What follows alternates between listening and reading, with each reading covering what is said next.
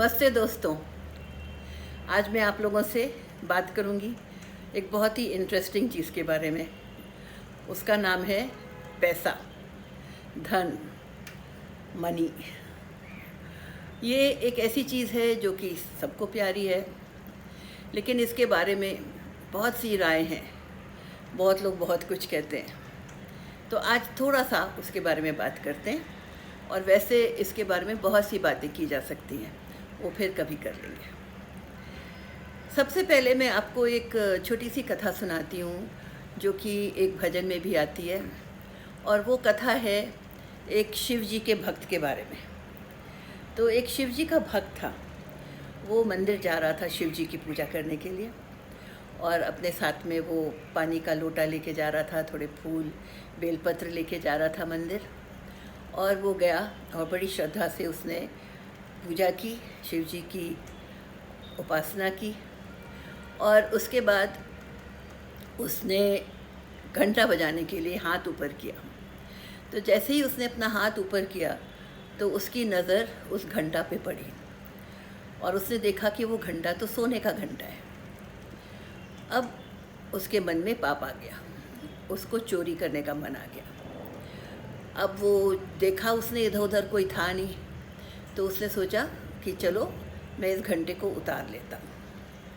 पर वो कैसे उतारता, वहाँ तो कुछ चढ़ने की जगह नहीं थी।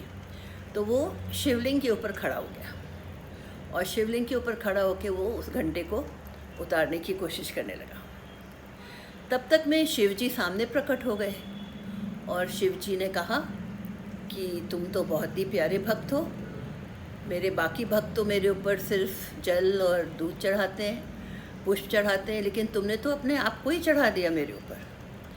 तो बताओ, मैं तो बहुत प्रसन्न हो गया। तो तुम्हें क्या वरदान चाहिए?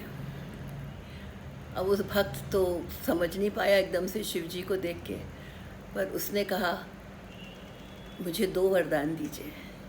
एक तो भक्ति का वरदान दीजिए जिससे कि मुझे मोक्ष मिल जाए, और दूसरा मुझे ये सोने का घंटा दीजिए जिससे कि मेरा जीवन आसानी से बीत सके।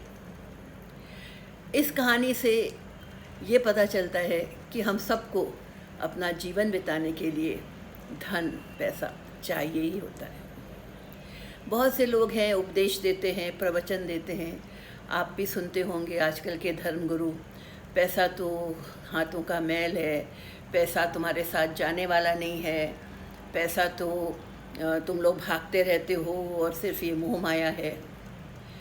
पर आपने भी देखा होगा और हमने भी देखा है कि ये सब जो हमें प्रवचन देते हैं, उपदेश देते हैं, ये ख़ुद तो लंबी लंबी गाड़ियों में बैठते हैं, फर्स्ट क्लास में एरोप्लेन से दूसरे देशों में जाते हैं, साथ में उनके 5-10 चेले चपाटे भी साथ में जाते हैं, दूसरे देशों में बड़े बड़े मैंशन में रहते हैं, बड़े बड़े होटलों में रहते हैं।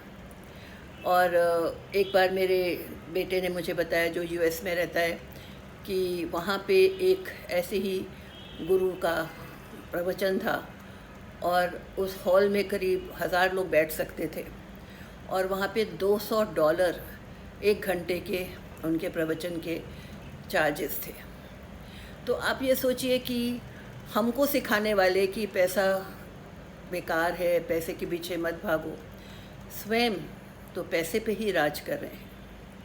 हमें सिखाते हैं लोभ बुरी चीज़ है, लालच बड़ी बुरी चीज़ है। चलो, लोभ तो नहीं करते होंगे, लेकिन पैसे के बल पर ही तो राज कर रहे हैं। अगर कोई मामूली सा साधु है, गरीब साधु है, उसको कौन पूछता है, कौन उसके दर्शन करने जाता है? तो कहना ये चाहती हूँ दोस्तों कि ये जो पैसा है ये बहुत महत्व रखता है। हम सबके जीवन में ये पैसा महत्व रखता है, और हम सबको इसकी इज़्ज़त करनी चाहिए, इसकी जो ख़ासियत है उसको समझना चाहिए, और उसको पूरा पूरा सम्मान देना चाहिए, क्योंकि यही है जो हमारे जीवन में सारी खुशियाँ, सारी हमारे सपनों को साकार करने की कोशिशें, हर चीज़ में वो हमारे साथ देता है, हमें हमारे मकसद तक पहुंचने में बहुत मदद करता है।